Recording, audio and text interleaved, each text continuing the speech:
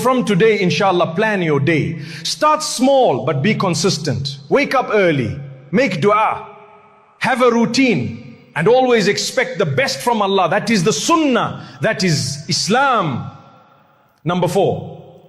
Trusting in Allah in all matters, big or small. But also taking the means. Tawakkul is not about sitting down and doing nothing.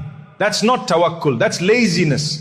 You have to take action with whatever resources Allah gave you and then put your full trust in Him. Use your mind, use your skills, use your effort, then leave the outcome to Allah. In Islam, it's actually haram, not allowed to say, I rely on Allah, while refusing to use the means He provided for you. This concept is called asbab, using the causes, the tools, the avenues that lead to results. The Prophet ﷺ taught us clearly, tie your camel and trust in Allah. So you can't just say, I have tawakkul, and sit where you are, hoping things will fall from the sky. You tie your camel, you do your part, and then you trust Allah to bring the results. That is true tawakkul. That is balanced faith. My beloved brothers and sisters, number 5, and this is truly one of the most powerful ways to increase your wealth, ease your affairs, and improve your quality of life, is through consistent repentance and the frequent remembrance of Allah.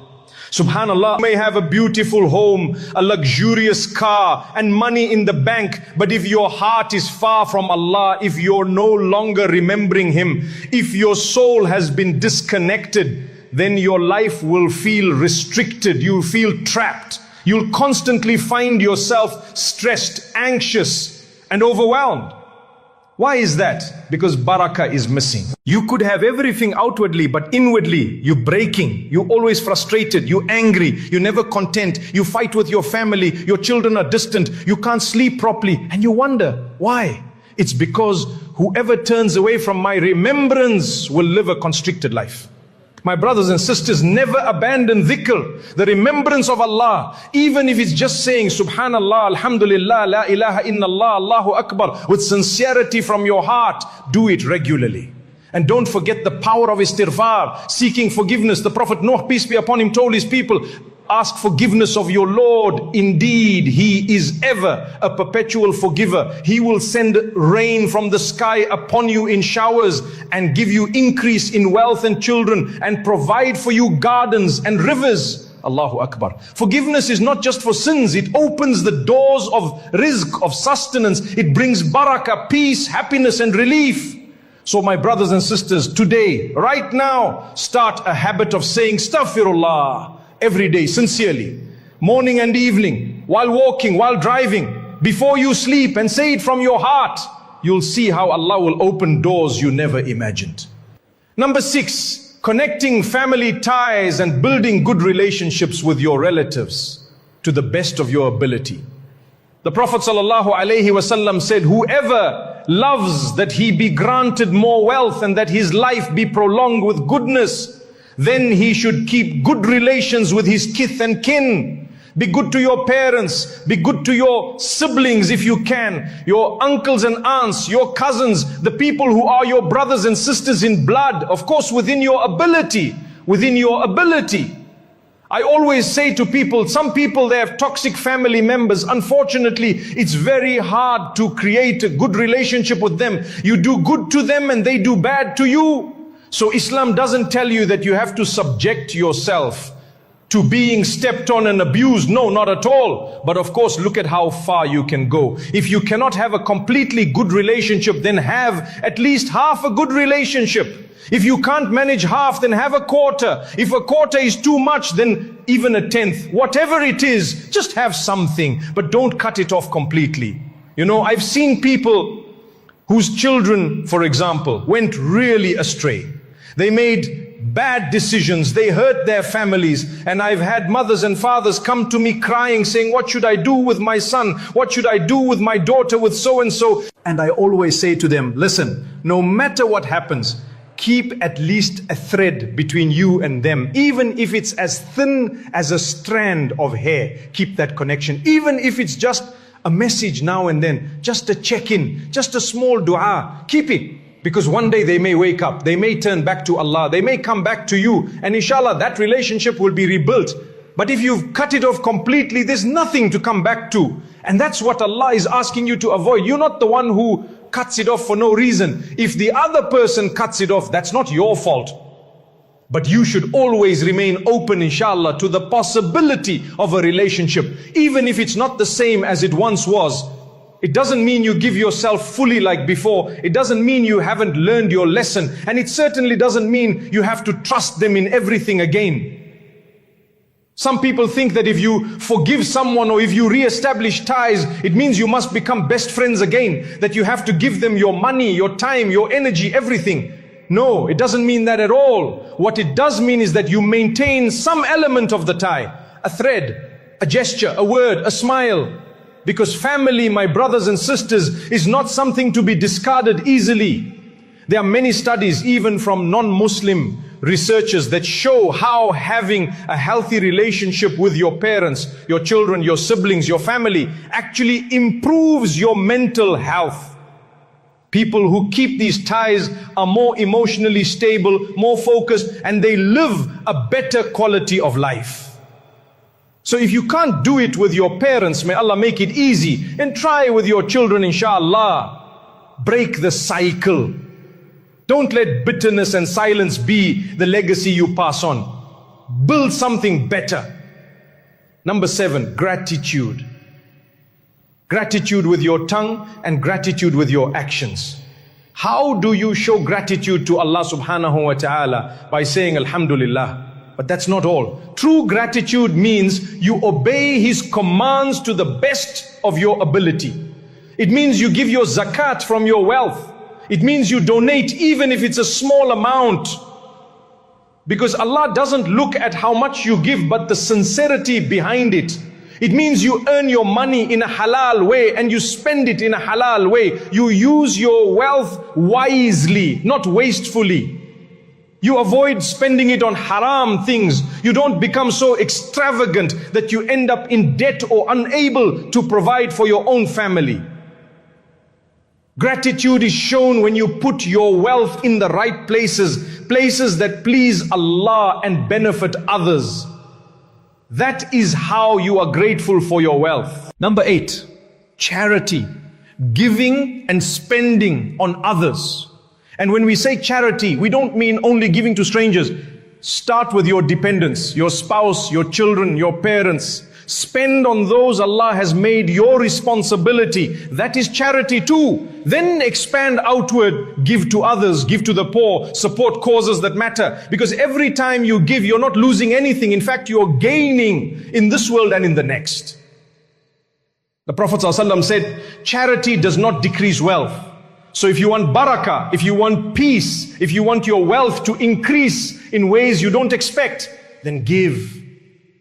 And do it for the sake of Allah. Insha'Allah, it will increase your quality of life, your wealth and your contentment. Finally, my brothers and sisters, I will talk about the 10 causes that decrease your rizq, your wealth and your quality of life. The scholars have summed them up into 10 clear points. Number 1, a person's rizq and sustenance is decreased and their quality of life becomes affected if they are lazy and constantly dependent on others. Like the boy who once said, sustenance will come to me, yet he made no effort at all. A lazy and dependent person will see a decline in their rizq, and even if they get something, it will not bring them barakah or true benefit. Allah helps those who help themselves. Number 2, israf, which means extravagant spending, wasting and mismanagement of resources. If Allah has blessed you with a lot of wealth and you are able to afford more, then alhamdulillah, go for it with wisdom. But if you don't have that much wealth and still want to buy what the wealthy are buying, that becomes a problem. That is called extravagant spending. Spending beyond your means. Remember, extravagant spending is relative. It depends on what you can afford. It's not about the item itself. It's about how much it affects your financial stability.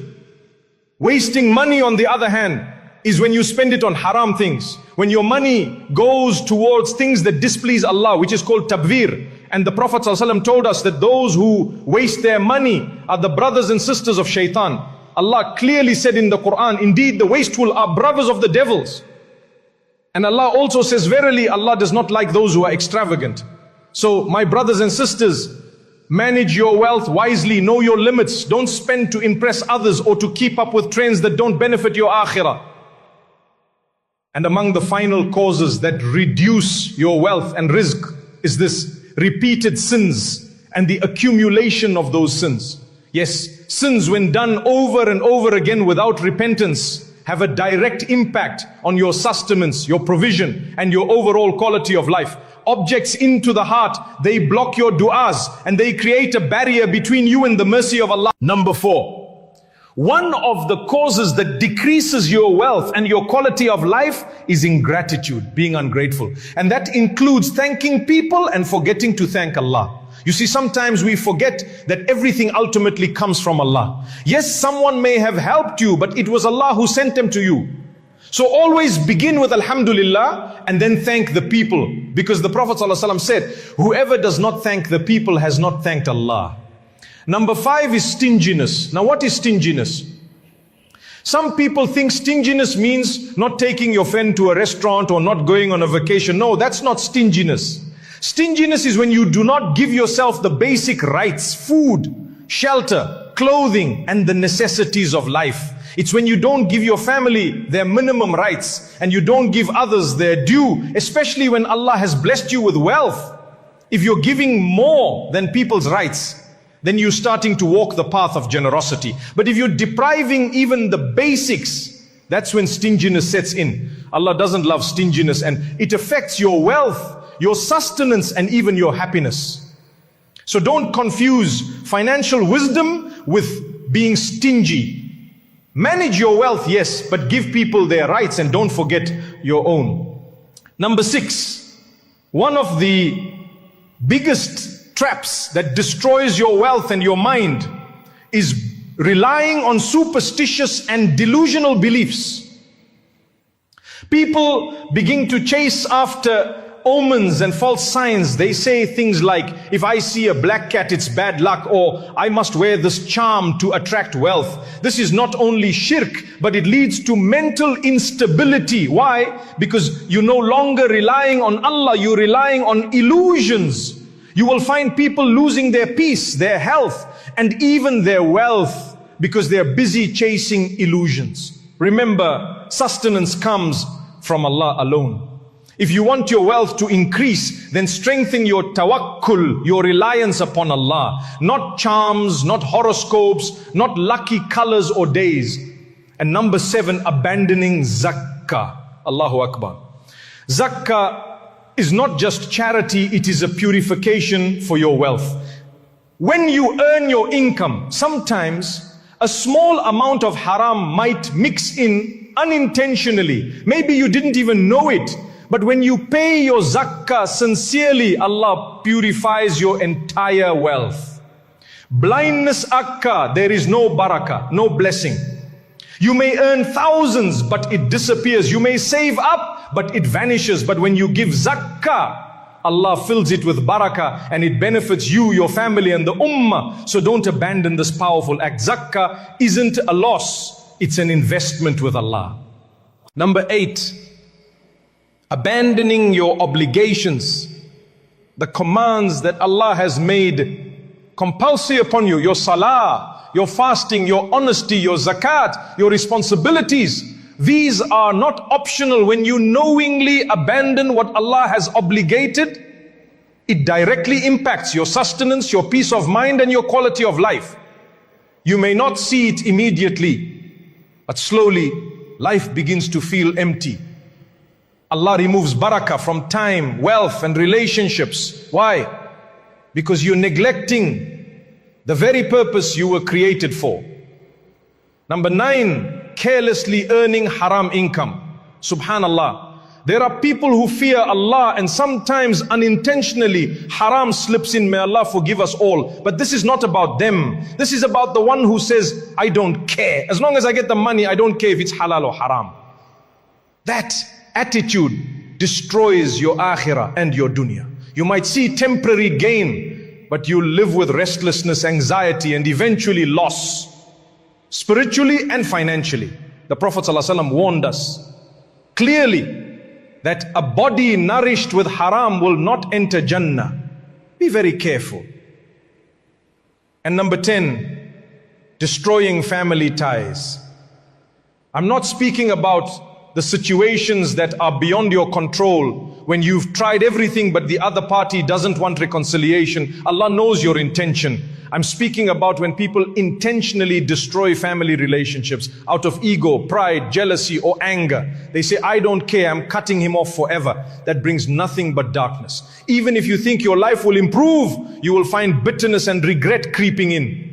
The Prophet ﷺ told us, whoever maintains family ties, Allah will maintain his connection. But whoever cuts them off, Allah will cut him off. So my brothers and sisters, reconnect where you can. Seek peace, not revenge. Your peace lies in pleasing Allah, not feeding your ego. My brothers and sisters, some people say, but I've done all of this. I've prayed, I've given zakat, I've stayed away from haram, I've respected my parents, I've worked hard, and still my life is difficult. Subhanallah, listen carefully. Allah is not ignoring you. Allah is not abandoning you. Sometimes your tests are not a punishment. They are a purification. They are a means of elevation. You may be very close to a massive breakthrough, and shaitan wants you to give up before that moment comes. Combating to delays to increase the reward. He withholds to give you something better. So be patient even when it's hard. Trust his wisdom even when you don't understand. Keep doing your part and leave the rest to Ar-Razzaq, the provider. He knows what you're going through, and wallahi, he is the most generous, the most kind, and the most just. The Prophet ﷺ said, know that what has passed you by was never meant to reach you, and what has